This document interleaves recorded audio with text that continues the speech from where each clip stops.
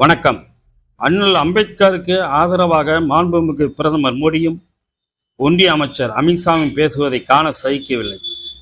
அம்பேத்கரை நேரு மதிக்கவில்லையாம் மோடி சொல்கிறார். தான் பிரதமரானதும் தன்னை வளர்த்து ஆளாக்கிய அத்வானி முரளி மனோகர் ஜோஷிக்கும் அல்வா கொடுத்தவர் மோடி. தொகுதிகளே தரம் மறுத்தார்கள். ஆனால் இந்திய நாடு விடுதலை அடைந்த போதுதான் தான் அமைத்த அமைச்சரவையில் காங்கிரஸ் கட்சியில் இல்லாத அண்ணல் அம்பேத்கருக்கு சட்ட அமைச்சர் பதவியை வழங்கிய பெருந்தகையாளர் தான் பண்டித நேரு. காங்கிரஸ் அமைச்சரவையில் காங்கிரஸ் கட்சியை சேராத நீதி கட்சியை சேர்ந்த ஆர்.கே. சண்முகத்துக்கு நிதி அமைச்சர் பொறுப்பையும், அகாலி தளத்தை சேர்ந்த பல்தேவ் சிங்குக்கு பாதுகாப்பு அமைச்சர் பொறுப்பையும், இந்து மகா சபையை சேர்ந்த சியாம் பிரசாத் முகர்ஜிக்கு தொழில்துறை அமைச்சர் பொறுப்பையும் வழங்கியவர்தான் பிரதமர் நேரு. நிதி, சட்டம், பாதுகாப்பு, தொழில் ஆகிய 4 தூண்களையும் மாற்றுக் கட்சிக்காரர்களுக்கு வழங்கி அமைச்சரவை அமைத்தவர் தான் பிரதமர் நேரு. அண்ணல் காந்திக்கும் அண்ணல் அம்பேத்கருக்கும் கொள்கை ரீதியான முரண்கள் அதிகம் உண்டு என்பதை நாடு அறியும். அவர்கள் இருவருமே இது குறித்து அதிகம் எழுதியிருக்கிறார்கள். அதே நேரத்தில் அம்பேத்கரை அமைச்சராக்கும் நேருவின் முடிவை மனப்பூர்வமாக ஏற்றுக்கொண்டார் என்பதுதான் இன்றைய காலகட்டம் அறிய வேண்டிய மிக முக்கிய செய்தியாகும். அம்பேத்கரின் வரலாற்றை எழுதிய தனஞ்சய் கீர் குறிப்பிடுகிறார், நேரு அம்பேத்கரை அவருடைய அலுவலக அறைக்கு அழைத்தார். சுதந்திர இந்தியாவின் புதிய அமைச்சரவையில் சட்ட அமைச்சராக சேர ஒப்புக்கொள்கிறீர்களா என்று கேட்டார். அம்பேத்கர் அமைச்சராவதுக்கு ஒப்புக்கொண்டார். பின்னர் காந்தியிடம் அமைச்சர் பட்டியலை அளித்தார் நேரு. காந்தியும் அதற்கு தன்னுடைய ஒப்புதலை வழங்கினார்.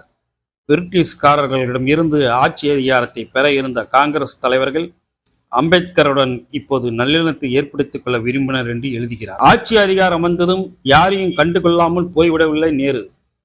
அதற்கு முன் அரசியல் முரணோடு இறந்தவர்களையும் அரவணைத்து அமைச்சரவையில் சேர்த்து கொள்ளக்கூடியவராக நேர்மையாளராக இருந்தார் நேரு. அதனால்தான் பாஜகவினருக்கு அவரை பிடிக்கவில்லை.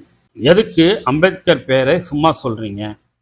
அவர் பெயரை சொல்வது பேசனாகிவிட்டு மாண்புமிகு அமித்ஷா எரிச்சல் அடைந்து சொன்ன இதே அவையில் அண்ணல் அம்பேத்கர் மறைந்த போது பிரதமர் நேரு ஆற்றிய உரை கண்ணீர் மயமானது மட்டுமல்ல, இந்தியாவின் உச்சியில் போய் நிறுத்திய உரையாகும்.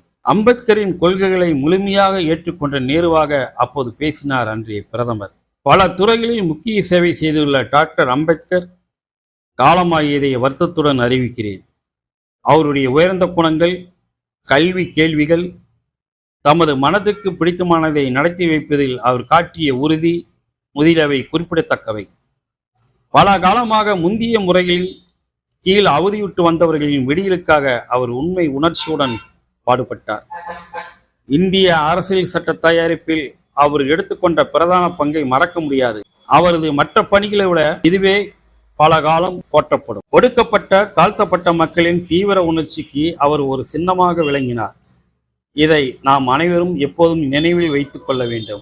அவர் கலகம் செய்து எதிர்த்த தீண்டாமை இந்து சமூகத்திலிருந்து அகற்ற நமது பொது நடவடிக்கைகளிலும் சட்டத்தின் மூலமாகவும் இந்த சபையில் இடம்பெற்றுள்ள எல்லா கட்சியினரும் முயன்று வந்திருக்கிறோம். சட்டத்தின் மூலமாக மட்டும் இதை அடையோடு அகற்ற முடியாது. பழக்க வழக்கங்கள் ஆழ வேரூன்றியவை. ஆனால் தீண்டாமை கடைசி கட்டத்தை அடைந்துவிட்டது என்பதில் சந்தேகமில்லை. சட்டமும் பொதுமக்கள் அபிப்பிராயமும் இன்னும் உறுதி காட்டி அதற்கு முற்றுப்புள்ளி வைக்கும் நாள் நெருங்கி வருகிறது. அவருடன் அரசு வேலைகளில் ஒத்துழைக்கும் வாய்ப்பு எனக்கு கிடைத்தது. அதற்கு முன் அவரை பற்றி நான் கேள்விப்பட்டது உண்டு. ஆனால் அரசியல் நிர்ணய சபை வேலையில் நட்பு ஏற்பட்டது. பிறகு அரசியல் சேரும்படி அவரை அழைத்த போது பலர் ஆச்சரியப்பட்டனர். ஆனால் அவர் பொறுப்பேற்று அரசியல் சட்ட தயாரிப்பு வேலைகளை செவ்வனே நடத்தி வந்தார். அவ்வப்பொழுது சில வேற்றுமைகள் இருந்தன. ஆனாலும் பல ஆண்டுகள் அவருடன் அரசியல் சேர்ந்து ஒத்துழைப்பது சாத்தியமாயிற்று. அவர் ஒரு பிரதான புருஷர். அவரது மரணம் நமக்கு வருத்தத்தை தருகிறது. அவரது குடும்பத்தினருக்கு சபையின் அனுதாபத்தை தெரிவிப்போம். இந்து சட்ட சீர்திருத்த பிரச்சனையில் அம்பேத்கர் எடுத்துக்கொண்ட சிரமத்துக்கும் காட்டிய அக்கறைக்கும் அவர் என்றென்றும் நினைவில் வைத்துக் கொள்ளப்படுவார். தான் வகுத்த ரீதியில் அல்லாமல் பகுதி பகுதியாக இந்து சட்டம் நிறைவேறியதை அம்பேத்கர் கண்டது குறித்து மகிழ்ச்சி அடைகிறேன்.